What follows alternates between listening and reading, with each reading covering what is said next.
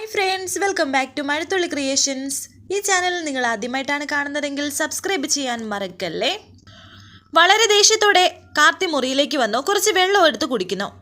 മീനാക്ഷി അവിടേക്ക് വന്നിട്ട് പറയുന്നുണ്ട്, കാർത്തിയേട്ടൻ വെള്ളം കുടിക്കുകയാണോ എന്ന്. പെട്ടെന്ന് തന്നെ കാർത്തി മീനാക്ഷിയെ തിരിഞ്ഞു നോക്കുന്നു.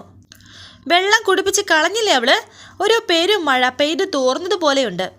എൻ്റെ മീനാക്ഷി, ഇവിടെ നടന്നത് എന്താണെന്ന് ഞാൻ പറയാം. എന്നെ കാർത്തി പറയുമ്പോൾ മീനാക്ഷി പറയുന്നുണ്ട്, ഇവിടെ നടന്നത് എന്താണെന്ന് ഞാൻ അങ്ങോട്ട് പറയട്ടെ.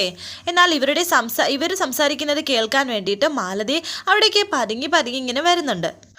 മീനാക്ഷി കാർത്തിയോട് പറയുന്നു, ഞാൻ വൈകമ്മോളെ ഉറക്കുന്ന തക്കം നോക്കി അവൾ ഈ മുറിയിലേക്ക് വന്ന് കയറി. എന്നിട്ട് എൻ്റെ ഡ്രസ്സിട്ട് ഇവിടെ പതുങ്ങിയിരുന്നു. ചെറിയ ബൾബിൻ്റെ വെളിച്ചത്തിൽ മുറിയിൽ നിൽക്കുന്നത് ഞാനാണെന്ന് കാർത്തിയേട്ടൻ തെറ്റിദ്ധരിച്ചു. ഞാൻ സാധാരണ മീനാക്ഷിയോട് ചെയ്യുന്നത് പോലെ പിറകിൽ കൂടി വന്ന് അവളെ കെട്ടിപ്പിടിച്ചു എന്ന് കാർത്തി. മീനാക്ഷി പറയുന്നു, അവൾ മനഃപൂർവ്വം കാർത്തിയേട്ടനെ നാണം കെടുത്തിയിട്ട് നമ്മൾ തമ്മിൽ അകറ്റാനൊരു ശ്രമം നടത്തിയതാണ്. പക്ഷേ അത് സക്സസ് ആയില്ല. ചിരിച്ചുകൊണ്ടാണ് മീനാക്ഷി അത് പറയുന്നത്. കാർത്തി പറയുന്നു, ഇങ്ങനെയും സ്ത്രീകളുണ്ടോ എന്ന്. മീനാക്ഷി പറയുന്നു, സ്ത്രീയും പുരുഷനെയും വേർതിരിച്ച് കാണണ്ട, ഇങ്ങനെയും മനുഷ്യന്മാരുണ്ടോ എന്ന് ചോദിച്ചാൽ മതി. ഉണ്ട്, ഇങ്ങനത്തെ മനുഷ്യരും ഉണ്ട് എന്നെ മീനാക്ഷി പറയുമ്പോൾ കാർത്തി പറയുന്നുണ്ട്, മീനാക്ഷിയുടെ കൈ പിടിച്ച്. മീനാക്ഷിയുടെ ആദ്യത്തെ വിരട്ടൊക്കെ കേട്ടപ്പോൾ ഞാനൊന്ന് പേടിച്ചു പോയി. എന്നാലും എൻ്റെ മാളു എന്നെ വിശ്വസിച്ചല്ലോ എന്ന്. ഈ മുറിയിൽ എനിക്ക് 2 നിധികളാണുള്ളത്. ആ 2ഉം എൻ്റെ ഹൃദയത്തിലെ വിഗ്രഹങ്ങളാണ്. പൂജിക്കുന്ന വിഗ്രഹങ്ങളെ ആരെങ്കിലും അവിശ്വസിക്കുമോ എന്ന് മീനാക്ഷി. ഒന്ന് ഞാനാണെന്ന് മനസ്സിലായി. രണ്ടാമത്തെ ആ നിധി ആരാണെന്ന് കാർത്തി പറയുമ്പോൾ മീനാക്ഷി പറയുന്നു, ദാ നോക്കിയേ, എൻ്റെ അമ്പാടിക്കണ്ണൻ ഭഗവാനാണ് എല്ലാ ആപത്തുകളിൽ നിന്നും നമ്മളെ രക്ഷിക്കുന്നത്. അങ്ങനെ ഇവരുടെ സംസാരമെല്ലാം മാലതി കേൾക്കുന്നുണ്ട്. ഇവർ വീണ്ടും ഇണക്കുരുവികളായി. മൈഥിലി എന്ന പരുന്ത് പറന്നുപോയി. അവൾ ഈ വീട്ടിൽ നിന്ന് പോയതോടെ ഈ വീട്ടിൽ ഇനി കൊടുങ്കാറ്റുമില്ല, വെള്ളിടിയുമില്ല. കഷ്ടം. ഇതേ സമയം വൈശാഖ് മദ്യപിച്ച് തളർന്ന് അവശനായി അവിടെ കിടക്കുകയാണ്. വൈശാഖി എന്ന് പറഞ്ഞ് മൈഥിലി വാതിലിന് തട്ടി വിളിക്കുന്നു. വൈശാഖി വാതിൽ തുറക്കുക എന്ന് പറഞ്ഞ് കുറേ തവണ വിളിക്കുകയാണ് മൈഥിലി. ആരായി നേരത്തെ ഡിസ്റ്റർബ് ചെയ്യാനായിട്ട്? ഇതൊരു ശല്യമായല്ലോ, ഇതൊരു ശല്യമായത് എന്നൊക്കെ പറഞ്ഞുകൊണ്ട് പതിയെ ഇങ്ങനെ എണീച്ച് വരാൻ ശ്രമിക്കുകയാണ് വൈശാഖ്. ദാ വരുന്നു എന്ന് പറഞ്ഞ് കതക് തുറക്കുകയാണ് വൈശാഖ് നോക്കുമ്പോൾ മുന്നിൽ നിൽക്കുന്നത് മൈഥിലി. ഇതാരാ, മൈഥിലിയോ അതോ നിന്റെ പ്രേതമോ എന്ന് ചോദിക്കുന്നു. ഞാൻ പ്രേതമൊന്നുമല്ല, ഞാൻ മൈഥിലി തന്നെയാണെന്ന് മൈഥിലി പറയുന്നു. ഓ ആണോ, നീ എന്താ ഈ പാതിരാത്രിയിൽ ഇവിടെ എന്ന് വൈശാഖ്. എടാ, പാതിരാത്രിയൊന്നും ആയിട്ടില്ല, നീ കള്ളു കുടിച്ച് പൂസായത് കൊണ്ട് നിനക്ക് തോന്നുന്നതാ, നീ ഇങ്ങോട്ട് വാ എന്ന് പറഞ്ഞ് വൈശാഖിന്റെ കൈ പിടിച്ച് മൈഥിലി അകത്തേക്ക് പോകാൻ തുടങ്ങിയപ്പോൾ അവിടെ തന്നെ പിടിച്ച് മൈഥിലിയെ നിർത്തിയിട്ട് വൈശാഖ് പറയുന്നുണ്ട്, ഏയ് നിക്ക്, നീ എന്തുകൊണ്ട് ഇപ്പോൾ വന്നു എന്ന് എനിക്കറിയണം, എന്നിട്ട് അകത്തേക്ക് കയറിയാൽ മതി. പറ, എന്താ ഇപ്പോൾ വന്നത്? ഇത് കേട്ട് മൈഥിലി പറയുന്നു, എന്നെ അവർ ചെമ്പകമംഗലത്ത് നിന്ന് അടിച്ചിറക്കി വിട്ടടാ. അടിച്ചിറക്കി വിട്ടെന്നോ? എന്ത് കാര്യത്തിന്? പറയടി എന്ന് ദേഷ്യത്തോടെ വൈശാഖ് ചോദിക്കുന്നു. എന്ത് കാര്യം കൊണ്ടാ നിന്നെ അവർ പറഞ്ഞു വിട്ടേന്ന് എന്ന് വൈശാഖ് ചോദിക്കുന്നു. ആദ്യം മൈഥിലി ഒന്നും മിണ്ടാതെ അവിടെ നിന്ന് കരയുകയാണ്. എന്താടി, നിനക്ക് നാക്കില്ലേ എന്നെ ദേഷ്യത്തോടെ വൈശാഖ് ചോദിക്കുന്നു. ഞാൻ നടന്ന കാര്യങ്ങൾ പറയാമെന്ന് ഒരു ഭയത്തോടെയും ടെൻഷനോടെയും പറയുകയാണ് മൈഥിലി. പറഞ്ഞേ പറ്റൂ, എനിക്കറിയണം എന്ന് ദേഷ്യത്തോടെ വൈശാഖ് പറഞ്ഞു. അങ്ങനെ ഇപ്പോൾ ആ മുറിയിലുണ്ടായ കാര്യങ്ങൾ ഉൾപ്പെടെ എല്ലാം വൈശാഖിനോട് മൈഥിലി തുറന്നു പറയുന്നു. മീനാക്ഷി അടികൊടുത്ത് പറഞ്ഞു വിട്ടതും പറയുകയാണ്. ഇത് കേട്ട് ദേഷ്യത്തോടെ വൈശാഖ് മൈഥിലിയോട് ചോദിക്കുന്നു, നീ എന്തിനാ മീനാക്ഷിയുടെ ഡ്രസ്സ് ഇട്ട് നിന്നത്? അത് തന്ത്രത്തോടെ താക്കോൽ എടുക്കാനെന്ന് മൈഥിലി പറയുന്നു. തന്ത്രത്തോടെ താക്കോൽ എടുക്കാൻ നീ എന്താ മന്ത്രവാദിയോ? നിന്റെ തന്ത്രവും മന്ത്രവും കുതന്ത്രവും ഒക്കെ എനിക്ക് മനസ്സിലായിടി. ആ കാർത്തികിനെ മോഹിപ്പിക്കാനല്ലേ എടി നീ മീനാക്ഷിയുടെ വേഷം ഇട്ട് നിന്നത് എന്ന് വൈശാഖ് പറയുമ്പോൾ മൈഥിലി പറയുന്നു, എന്തൊക്കെ വൃത്തികേടാ വൈശാഖ് നീ പറയുന്നത്? എടി, ഞാൻ പറയുന്നത് പച്ചയായ സത്യം എന്ന് പറഞ്ഞുകൊണ്ട് മൈഥിലിയുടെ കവളിൽ അമർത്തി പിടിക്കുകയാണ് വൈശാഖ്. നിന്റെ കണ്ണുകളിൽ നോക്കിയാൽ അറിയാം നീ ഒളിപ്പിച്ചു വെക്കുന്ന സത്യങ്ങൾ. അതൊക്കെ അവിടെ നിൽക്കട്ടെ, ആ കാര്യം നമുക്ക് പിന്നത്തേക്ക് വിൽക്കാം. നീ എന്തിനാ ചെമ്പകമംഗലത്ത് പോയി നിന്നത്? എന്തിനാ നിന്നെ ഞാൻ ചെമ്പകമംഗലത്തേക്ക് വിട്ടത് എന്ന് ചോദിക്കുമ്പോൾ മൈഥിലി പറയുന്നു, അത് ഉടവാൾ അവിടെ നിന്ന് എടുക്കാൻ. വൈശാഖ് പറയുന്നു, അല്ലാതെ കാർത്തിയുടെ പിറകെ കിന്നാരപാടി നടക്കാനല്ല. ആ വാളെടുത്ത് കൊടുക്കാമെന്ന് പറഞ്ഞ് ആ ഇന്ദ്രജിയുടെ കയ്യിൽ നിന്ന് പലവട്ടം അഡ്വാൻസ് വാങ്ങിച്ച് പുട്ടടിച്ച് തീർക്കുകയാണ് ഞാൻ. ഉടവാൾ കൊടുത്തില്ലെങ്കിൽ ഒരു പടവാളിന് എൻ്റെയും നിന്റെയും തല അവർ വെട്ടും. ഞാൻ ഉടനെ ഒരു ദുർമരണം ആഗ്രഹിക്കുന്നില്ല. എനിക്ക് നീ അല്ലെങ്കിൽ മറ്റൊരു പെണ്ണിനെയും കെട്ടി സുഖമായി ജീവിക്കണം. അതുകൊണ്ട് പിച്ചി മാന്തി പെൻസിലിന് കുത്തി എന്നൊക്കെയുള്ള ഈ സെന്റിമെന്റ്സും കൊണ്ട് നീ ഇങ്ങോട്ടേക്ക് വരണ്ട. ആരെ കൊന്നിട്ടാണെങ്കിലും ആ വാളങ്ങോട്ടും ഇങ്ങോട്ട് വന്നാൽ മതി. വാള് കിട്ടിയില്ലെങ്കിൽ എന്നെ അവർ കൊല്ലുന്നതിന് മുമ്പ് നിന്നെ ഞാൻ കൊല്ലുമെന്ന് വൈശാഖ് മൈഥിലിയോട് പറയുന്നു.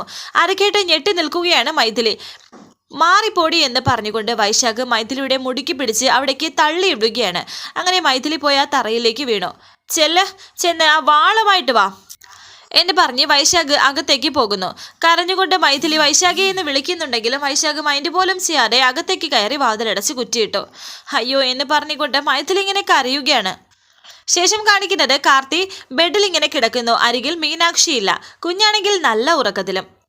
മീനാക്ഷി ഓരോ കാര്യങ്ങൾ ആലോചിച്ച് അങ്ങനെ അങ്ങ് നിൽക്കുകയാണ്. മീനാക്ഷിയെ കാർത്തി ആദ്യം ഒന്ന് വിളിച്ചിട്ട് മീനാക്ഷി കേട്ടില്ല.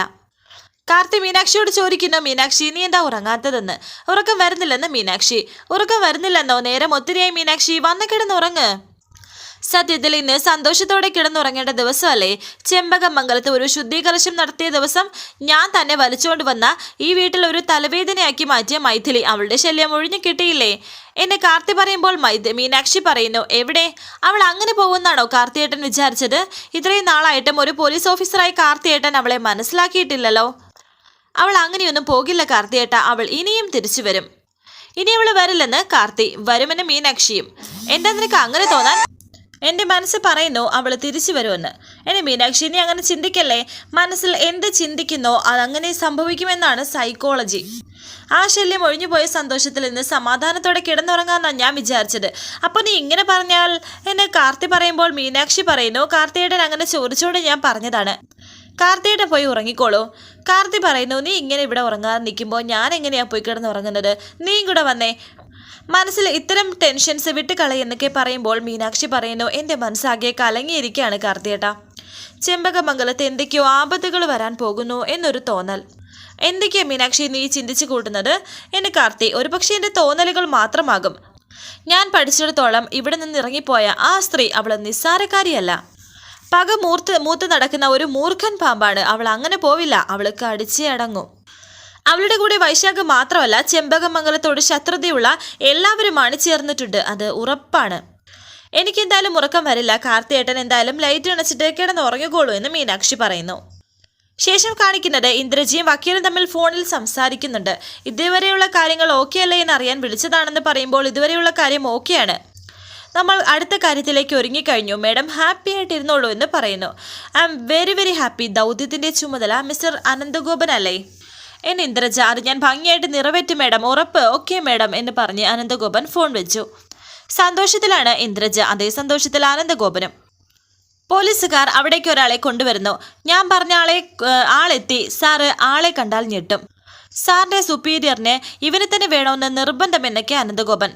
പക്ഷേ ആ സെല്ല് തന്നെയെന്ന് ആ പോലീസുകാരൻ ചോദിക്കുമ്പോൾ അനന്തഗോപൻ പറയുന്നു, ആ സെല്ല് തന്നെ വേണം സാർ, ഇല്ലെങ്കിൽ പണി നടക്കത്തില്ല. സാറിന് എന്നെ മനസ്സിലായില്ലേ? ഒരു ചെറിയ കൊല കഴിഞ്ഞ് ഇപ്പോൾ പുറത്തിറങ്ങിയതേ ഉള്ളൂ. ഒരു ചെറിയ കത്തിക്കുത്ത് എന്നൊക്കെ ഇങ്ങനെ നിസ്സാരമായി ചിരിച്ചുകൊണ്ട് പറയുകയാണ് അയാൾ. അയാളുടെ കയ്യിൽ വിലങ്ങണിയിച്ചിട്ടുണ്ട്.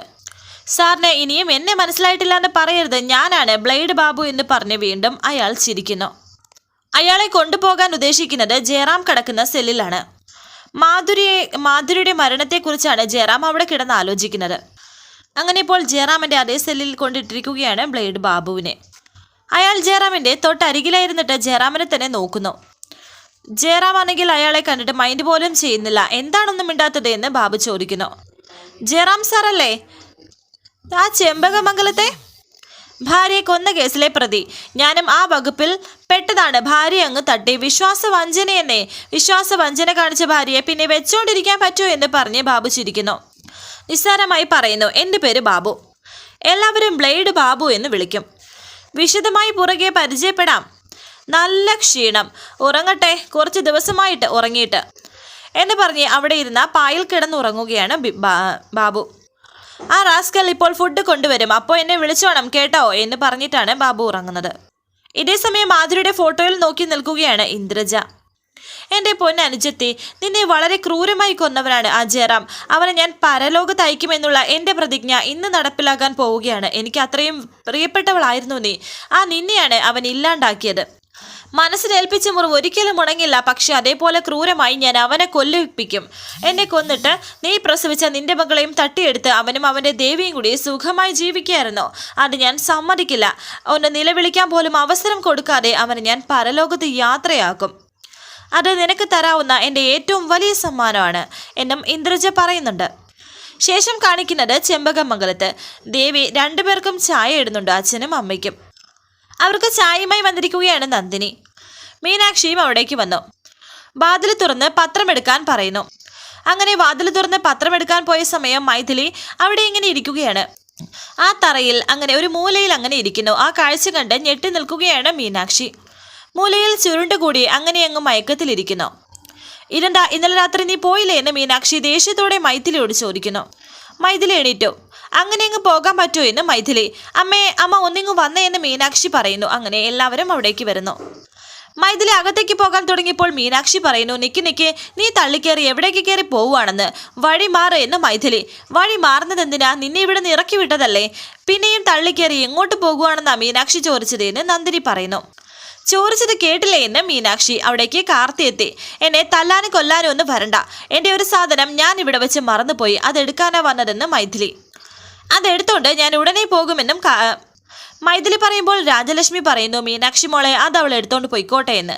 അങ്ങനെ മൈഥിലി അകത്തേക്ക് പോകുന്നു. മാലതിയും അവിടേക്ക് വരുന്നു. കണ്ണ് തുറന്ന് എഴുന്നേറ്റതേ ഉള്ളൂ. ചെമ്പകമംഗലത്ത് പട തുടങ്ങിയല്ലോ. ഇത് ചെമ്പകമംഗലമല്ല, പടമംഗലമാണ് എന്ന് മാലതി വിചാരിക്കുന്നു. മൈഥിലി എടുക്കുന്നത് മറ്റൊന്നുമല്ല, കുഞ്ഞിനെ തന്നെയാണ്. കുഞ്ഞിനെയും എടുത്തുകൊണ്ട് മൈഥിലി എവിടേക്ക് വരുമ്പോൾ അത് കണ്ട് ഞെട്ടി നിൽക്കുകയാണ് എല്ലാവരും. വരാനിരിക്കുന്ന പുതുപുത്തൻ എപ്പിസോഡുമായി വീണ്ടും കാണാം. Thank you for watching. Please subscribe, like, share my channel.